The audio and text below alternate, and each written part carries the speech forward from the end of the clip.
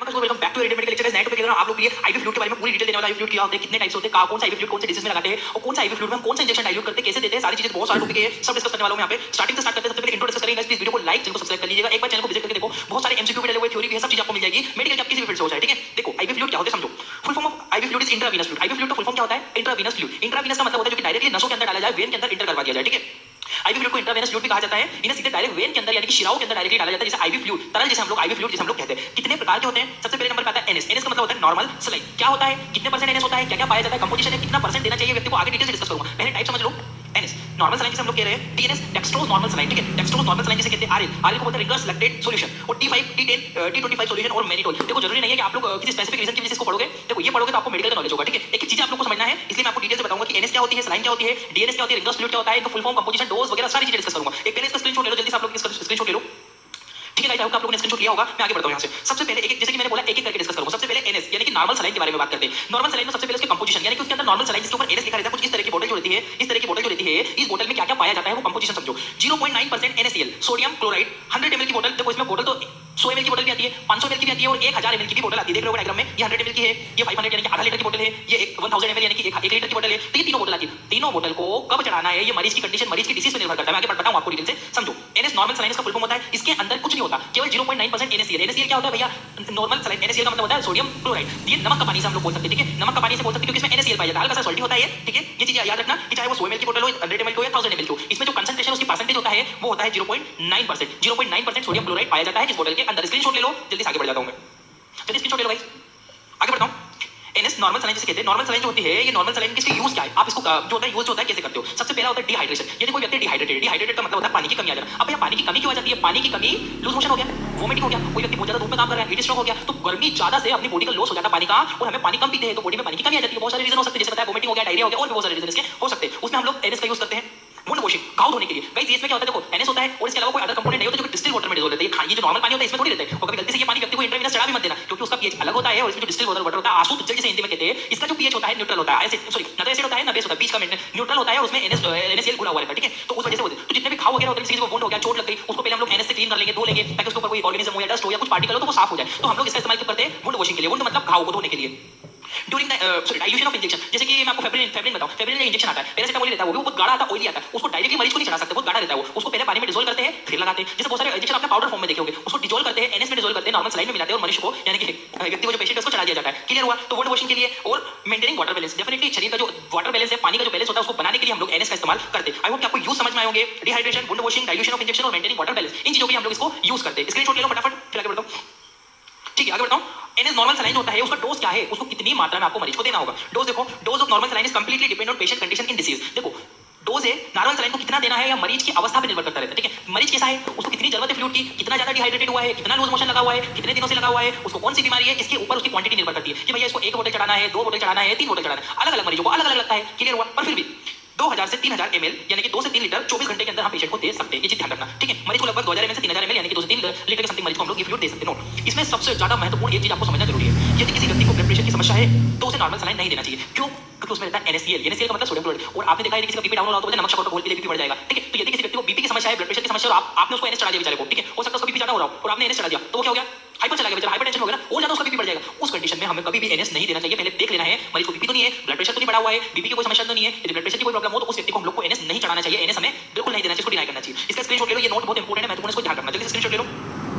Clear हुआ। आगे बढ़ता हूं। नेक्स्ट जो बोतल आती है हमारी होती है DNS, dextrose normal saline. Dextrose normal saline composition. अब ये डेक्सट्रोज क्या है भैया, डेक्सट्रोज एक शुगर है, शक्कर होती है, हमने कार्बोहाइड्रेट पढ़े हैं, उसमें पढ़ा हमने glucose, fructose, maltose, lactose, dextrose, उसी तरह से वहां पे डेक्सट्रोज भी था, ठीक है। फ्रक्टोज नॉर्मल शुगर होती है फल फ्रूट के अंदर, इस तरह से जो डेक्सट्रोज होती है ये भी एक प्रकार कार्बोहाइड्रेट का ये शुगर होती है।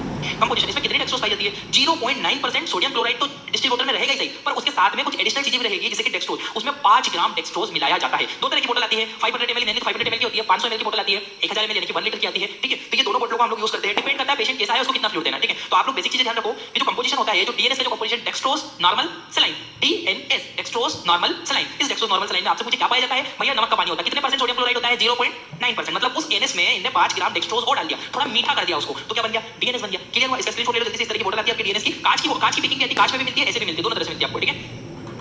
आगे बढ़ता हूं। डेक्सट्रोज नॉर्मल सलाइन का यूज क्या होता है, आप इसका यूज कहां कर सकते हैं। डिहाइड्रेशन, जब हमारे शरीर में पानी की कमी हो गई तब हम यूज कर सकते हैं। हाइपरटेंशन, यदि बीपी बहुत ज्यादा बढ़ा हुआ है तो उसकी हाइपरटेंशन, यदि ब्लड प्रेशर कम हो तो उसको बढ़ाने के लिए, ठीक है। यदि किसी का बीपी कम हो गया हो तो उसको बीपी के थोड़ा सा इंक्रीज करने के लिए, हाइपर में नहीं, हाइपर मतलब ज्यादा बीपी रहेगा, उसके ऊपर आप डीएनएस चढ़ा दोगे तो बेचारे का और बीपी बढ़ जाएगा। पर हमको क्या चढ़ाना है? डीएनएस कम बीपी वाले मरीजों में। यदि किसी को बीपी कम हो गया, सडनली बीपी की नॉर्मल लेवल से डाउन हो गया तो हम लोग उसमें डीएनएस दे सकते हैं। To treat insulin shock, treat insulin shock मतलब जैसे कि कोई इंसुलिन शॉक हो गया, इंसुलिन शॉक मतलब इंसुलिन बन ही नहीं रहा हो, बहुत कम बन रहा हो, कुछ प्रॉब्लम हो गई तो सडनली उसे डीएनएस देंगे। डीएनएस देने से क्या होगा? शुगर जाएगी शरीर में तो मेरा पेनक्रियास रिएक्ट करेगा, ठीक है। तो उस कंडीशन में हम लोग डीएनएस मरीज को दे सकते हैं। इन एक्सीडेंटल कंडीशन, यदि किसी व्यक्ति को एक्सीडेंट हो गया है, एक्सीडेंट वगैरह रोड पे देखा, ब्लड लॉस हो गया, फ्लूइड लॉस हो गया, पानी की कमी हो गई, शुगर डाउन हो गया, ब्लड निकलेगा तो सब कम होगा, शुगर भी कम हो गया बेचारे का, है ना, बीपी भी कम हो गया, फ्लूइड की कमी हो गई, उस कंडीशन में हम मरीज को क्या दे सकते हैं? डीएनएस दे सकते हैं। क्लियर हुआ? जल्दी से स्क्रीनशॉट ले लो इसकी यूज का, डीएनएस का हम लोग यूज कहां पे कर रहे हैं? डिहाइड्रेशन में हाइपो, देखो गाइस यहाँ पे एक मिस्टेक मैंने की हुई है, मैं आपको क्लियर कर देता हूं। हाइपरटेंशन, ब्लड प्रेशर कम होना, ये गलत है, क्योंकि हाइपर मतलब होता है ज्यादा, ये हालांकि मेरी गलती है, मैं एक्सेप्ट कर रहा हूं इस चीज को। हाइपर मुझसे जल्दी में टाइप हो गया, ये हाइपोटेंशन है। हाइपो का मतलब कम, बीपी कम हो जाना, ब्लड प्रेशर कम हो जाने पर, और मैंने यहाँ हिंदी में सही लिखा है कम, बट ये हाइपरटेंशन कर दिया। हाइपर का मतलब ज्यादा होता है, जबकि ये गलत है, इसको हाइपोटेंशन, आप प्लीज इसको करेक्ट कर लीजिएगा। आई एक्सेप्ट माय मिस्टेक, ठीक है। आगे बढ़ता हूं। डोज ऑफ डीएनएस, डीएनएस को कितनी मात्रा में देना, सेम बात है। Quantity of dextrose normal saline depend on patient condition और डिसीज। मरीज की डेक्सट्रोज नॉर्मल सलाइन कितनी देना है, या मरीज की अवस्था पर निर्भर करता है, मरीज को कौन सी बीमारी है उस पर निर्भर करता है, एवं उसकी बीमारी पर, मरीज को कौन सी बीमारी है, क्या उसकी कंडीशन है, कितना फ्लूइड लॉस हुआ है, उसको कितने फ्लूइड की जरूरत है, उस पर निर्भर करता है कि हमें उसको कितना फ्लूइड देना होगा। क्लियर होगा गाइस? जल्दी से इसका स्क्रीनशॉट ले लो।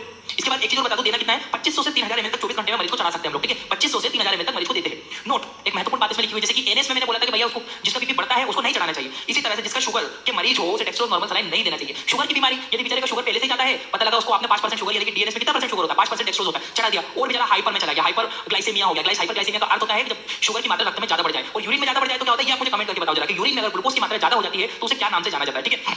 तो शुगर के मरीजों में डेक्सट्रोज नहीं चढ़ाना चाहिए, क्योंकि उसका शुगर बेचारे का बढ़ जाता है, उसको प्रॉब्लम होने लगती है। समझ में आया? डोज कितना देना है मरीज की अवस्था पर निर्भर करता है, पर फिर भी हम उसको 2500 से 3000 ml तक 24 घंटों में चढ़ा सकते हैं। जल्दी स्क्रीनशॉट ले लो, आगे बढ़ रहा हूं मैं।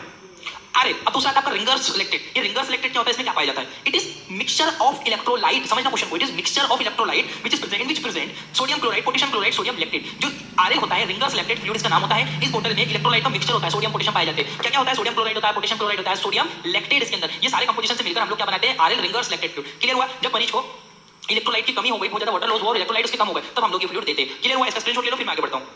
अब देखो यूज ऑफ आरएल, आरएल का आप कहां पर इस्तेमाल कर सकते हो, यूज कहां पर होगा? डिहाइड्रेशन, बेचारे को पानी की कमी हो गई, सोडियम की कमी हो गई, बहुत सारे लेवल कम हो गए इसके इलेक्ट्रोलाइट के। इलेक्ट्रोलाइट इंबैलेंस, इलेक्ट्रोलाइट की कमी हो जाने पर, इलेक्ट्रोलाइट इंबैलेंस का मतलब होता है जब इलेक्ट्रोलाइट की बहुत ज्यादा कमी हो गई हो। ड्यूरिंग द सर्जरी, किसी भी सर्जरी के दौरान यदि किसी व्यक्ति को सर्जरी वगैरह हुई है तब भी हम लोग ये दे सकते हैं कि सर्जरी के समय ब्लड लॉस होता है बेचारे का, ब्लड लॉस होगा तो ब्लड लॉस की कंडीशन इलेक्ट्रोलाइट कम हो जाएंगे, इलेक्ट्रोलाइट कम हो जाएंगे तब भी हम लोग दे सकते हैं। बर्निंग कंडीशन, जब व्यक्ति जल जाता है, बहुत सारे बर्निंग केसेस आपने देखे होंगे, कोई व्यक्ति जल गया तो उसको आरएल दिया जाता है, क्योंकि जलने पर उसके शरीर में इलेक्ट्रोलाइट की मात्रा बहुत ज्यादा कम हो जाती है, तो आरएल रिंगर सिलेक्टेड फ्लूइड उसको दिया जाता है। न्यूट्रिशनल डेफिशिएंसी, यदि कोई बच्चा बेचारा बहुत ज्यादा कुपोषित है, कुपोषण है, बच्चों को कुपोषण है, तो आरएल उसे दिया जाता है, ठीक है। Nutritional deficiency. हाइपोटेंशन, यदि ब्लड प्रेशर कम होने पर, यदि किसी व्यक्ति का बीपी बहुत कम हो गया हो तब भी हम लोग ये दे सकते हैं। It is suitable for diabetic patient, ये डायबिटिक मरीजों में भी, देखो समझो कोई मरीज आया, उसको शुगर की बीमारी है और उसका फ्लूइड लेवल भी कम है, समझो शुगर की बीमारी है, शुगर उसको बढ़ रहा है और उसको पानी की कमी है, डिहाइड्रेशन भी है और शुगर भी है, तो अब ऐसा नहीं कि डिहाइड्रेशन की कमी में हमने डीएनएस और एनएस दिया था तो वही चढ़ा दो, नहीं, उनको हम लोग रिंगर सिलेक्टेड फ्लूइड दे सकते हैं ताकि इसमें शुगर नहीं पाया जाता है, तो ये मरीज की कंडीशन को सुटेबल कर देगा, तो it is suitable for diabetic patient में दिया जा सकता है। जल्दी से यूज वाला आप एक स्क्रीनशॉट ले लो, फिर मैं आगे बढ़ता हूं। नेक्स्ट आता है dose of RL, ringer selected fluid कितना डोज मरीज को देना होता है। ये dose of RL is depend on completely disease और कंडीशन पे ही निर्भर करता है। मैं ऐसे नहीं बता सकता आपको कितना फ्लूइड देना है, हो सकता है बेचारे को कम फ्लूइड की जरूरत तो आपने 3 लीटर चढ़ा दिया, हो सकता है किसी को ज्यादा की जरूरत आपने 500 मिली चढ़ाया, तो मैं पहले मरीज को देखूंगा, मरीज का असिस्ट करूंगा, उसके बाद उसको दूंगा क्या कितनी मात्रा में उसको आरएल देना है। क्लियर है? फिर भी 500 से 1000 ml तक उसको आरएल यानी कि रिंगर सिलेक्टेड फ्लूइड दिया जाता है 24 घंटों के अंदर में। जल्दी से आप लोग इसका स्क्रीनशॉट ले लो, फिर आगे बढ़ता हूं। डेक्सट्रोज, अब आता है आपका D5 जो मैंने बोला था ना, D5, D10 और D25, ये तीनों बोतलें आती है, इनमें शुगर की मात्रा है, देखो समझाता हूं। जो D5 आती है, D5 के अंदर 5 ग्राम डेक्सट्रोज 100 ml के अंदर होता है। 100 ml की बोतल आती है, उसके अंदर कितना होता है? 5 ग्राम ग्लूकोज पाया जाता है। और अगर वो D5 की बोतल 1000 ml की है तो उसमें 500 ml 100 ml में 5 ग्राम ग्लूकोज है, ठीक है, उस हिसाब से आइडिया लगा लो कितना ग्राम ग्लूकोज उसमें रहेगा। क्लियर हुआ? इसी तरह से आपको 100 ml की एक बोतल में 10 ग्राम ग्लूकोज भी डाला जाता है। किसी की शुगर बहुत ज्यादा कम है तो उसे D10 दे दो, किसी की शुगर बिल्कुल हाइपो में चला गया है तो उसको D25 दे दो, D25 से एकदम शुगर बढ़ जाती है, एकदम इंक्रीज हो जाती है, ठीक है। तो याद रखना कंपोजिशन के D5, D10, D25। D का मतलब होता है डेक्सट्रोज, इस तरह की बोतल आती है, D5 की दी हुई है इसी तरह से D10, D25 मतलब ये कंसंट्रेशन दी हुई है भैया कि इसमें कितनी कंसंट्रेशन होती है। D5 में 5 ग्राम, 10 में 10 ग्राम और 25 में 25 ग्राम। क्लियर हुआ? 100 ml की बोतल की बात कर रहा हूं। क्लियर हुआ? जल्दी से इसका स्क्रीनशॉट ले लो, फिर आगे बढ़ता हूं। यूज कहां करते हैं? डिहाइड्रेशन, जब पानी की कमी हो गई तब भी उसको D5 वगैरह दे सकते हैं। वीकनेस, यदि व्यक्ति को बहुत कमजोरी लग रही है तब भी दे सकते हैं। डिजीनेस, बहुत ज्यादा व्यक्ति को चक्कर वगैरह आ रहे हैं तब भी D5 वगैरह दे सकते हैं, पर ये शुगर के मरीजों को नहीं दी जाती है, ये चीज आप लोग ध्यान रखना भैया, ठीक है। डोज 2000 से 3000 में 24 घंटे में हम लोग मरीज को दे सकते हैं, ठीक है, ये चीज ध्यान रखना, बेसिक है। इसका स्क्रीनशॉट ले लो, फिर आगे बढ़ता हूं मैं। अब आता है आपका मेनिटोल सॉल्यूशन, इस तरह की आपकी बोतल आती है, मेनिटोल बहुत इंपॉर्टेंट है, इसको समझ लो आप लोग। This is the type of diuretic solution, it means it increase the volume of diuretic, मतलब होता है यूरिन की मात्रा अधिक हो जाना, यूरिन की मात्रा बढ़ा देना। यदि किसी व्यक्ति के शरीर में पानी की बहुत ज्यादा मात्रा बढ़ गई हो, पानी भर गया हो, तो उस पानी को कहां से निकालोगे? यूरिन से निकालोगे ना, तो ये डायूरेटिक सॉल्यूशन है, इसको चढ़ा दो मरीज में, तो मरीज इतनी यूरिन करेगा कि उसके शरीर से पानी की कमी हो जाएगी। कोई व्यक्ति है पानी की बढ़ोतरी हो गई, इसमें पानी ज्यादा हो गया तो मेनिटोल सॉल्यूशन दे दो, मेनिटोल से ज्यादा यूरिन करेगा, यूरिन निकल जाएगी। कंपोजिशन, इसमें इसमें 20 ग्राम मेनिटोल 100 ml की बोतल आती है, 100 ml की बोतल में 20 ग्राम मेनिटोल पाया जाता है। स्क्रीनशॉट ले लो, बहुत इंपॉर्टेंट है। मेनिटोल क्यों देते हैं? मेनिटोल डायूरेटिक में देते हैं। डायूरेटिक में मतलब डायूरेटिक सॉल्यूशन होता है ये। डायूरेटिक सॉल्यूशन मतलब किसी की यूरिन कम निकल रही हो तो यूरिन को बढ़ाने के लिए, यूरिन आउटपुट कम हो गया तब भी देते हैं। आगे बढ़ो, स्क्रीनशॉट ले लो फटाफट। ठीक है, देखो अब ये चीज ध्यान रखना है, इसमें बहुत ज्यादा डिटेल से मैं पढ़ा नहीं रहा हूं आप लोगों को। नॉर्मली 20 ग्राम होता है, कब कब देना है ध्यान रखना। ठीक है, thank you for watching your medical lecture.